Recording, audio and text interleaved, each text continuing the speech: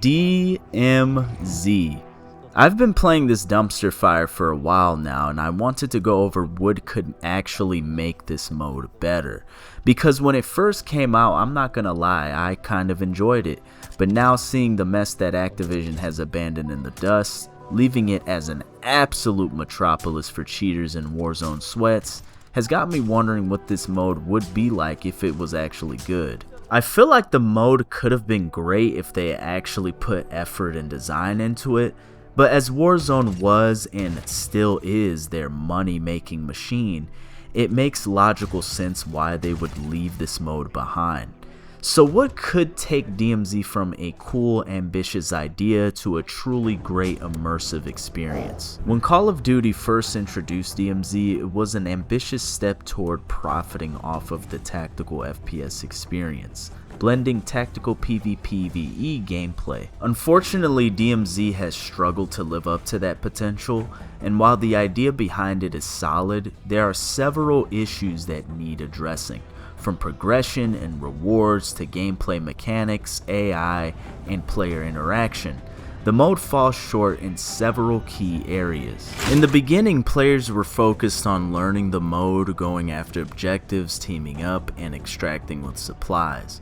The tension of navigating a dangerous map facing both AI and player threats was exciting, but over time the mode started to shift. Instead of focusing on completing objectives or carefully planning extractions, DMZ began to evolve into something more akin to a battle royale. The focus shifted to hunting other players for the sake of hunting other players, with no regard for the original missions or objectives. Players rush enemy spawn locations, engage in firefights just to eliminate others, and leave objectives completely ignored. What was once a tactical PvPvE mode gradually turned into a playground for Warzone players looking to pick on casuals. For those who wanted a more methodical, goal-driven experience, this shift turned DMZ into a frustrating, less enjoyable experience. A major area where DMZ could improve is its progression and reward system. As I mentioned previously, the mode has turned into a Warzone-like experience. It is no consequence that this has happened because the current rewards and progression are extremely lackluster and offer no real substance to the game at all. This is one of the main reasons why no one is looking to complete missions or objectives. I mean, check this out guys, who is actually gonna dead drop $100,000 in cash for 1000 XP? Who's actually gonna do this mission just to get a contraband Raul MG and 15,000 experience? None of this stuff makes any sense on each and every one of these factions, and if you even look at your upgrades, there's really no incentive to even upgrade anything. This will expand your wallet and stuff like that, but who needs money when you can just glitch and cheat and do all that stuff? Like, nobody's gonna waste their time extracting and doing all this stuff. The reward and progression system here is just extremely lackluster. To make DMZ great, the progression system needs to feel substantial and meaningful. I also forgot to mention the in-game store that lets you straight up buy characters with starting gear. Want to start off with a UAV? Then buy this skin. Want to start off with a self-revive or a 2-plate vest? Then buy this guy. This is absolutely ridiculous, and there should be no reason to implement this feature unless you're trying to make a profit, of course. Activision. And it's funny how all of this really fits the theme of a greedy multimillionaire corporation. Anyways, I digress. There's no clear sense of growth or power that you can carry forward from one match to the next, other than perks, and we'll talk about this in a minute, if you extract successfully. Unlike games like Escape from Tarkov, where you have a persistent progression system that impacts your character's skills and loadouts, what would make the mode stand out is a system that rewards long-term progress, giving players a sense of building their character's capabilities over time. The only thing that you can earn and carry over from match to match is the perk and dog tag system, where players will have to complete a contract and exfil successfully. As you gain perks, your dog tag will also increase in value from bronze, silver, gold, and ultimately Damascus. This leads to inevitable PvP situations because when enemy squads pick up a hunt contract, which sends them to eliminate another team, it will always select you or your squad as the target. I kind of understand where they were going with this system, but I feel like it's not implemented correctly. Imagine if you could upgrade your character's skills, like faster loot gathering, better stamina management, or the ability to repair gear in the field by earning experience points from missions and successful extractions. Weapons could evolve over time, offering unique customization options or better stats the more you use them, making each match feel like it's building towards something. More than just cosmetic rewards, this progression should impact gameplay in a way that makes each success feel more rewarding and each failure sting a little more. Right now, there's little incentive to stick with the same character or weapon loadout across matches. Delta Force, on the other hand, has done a much better job with its persistent player progression system. Players can build their loadouts, improve their stats over time, and have a sense of investment in their gameplay. This is something DMZ could greatly benefit from. Casual tactical depth is where DMZ could really shine. I emphasize the word casual here because that is what this game mostly is. It's not a realistic shooter.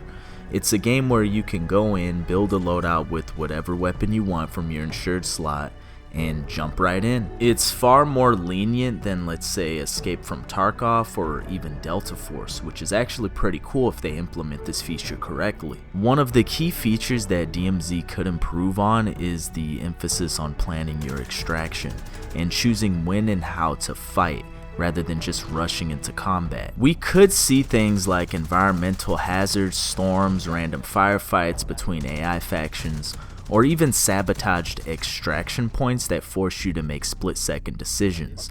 Players would need to think critically about how they approach these situations, weigh the risk of engaging in combat versus sneaking through, and even consider making alliances with other squads. We have seen active combat zones in DMZ before with updated seasons such as Season 5, where agents from various factions were actively fighting each other, but nothing like I've described. Adding a more robust system of environmental interaction could also elevate the tension.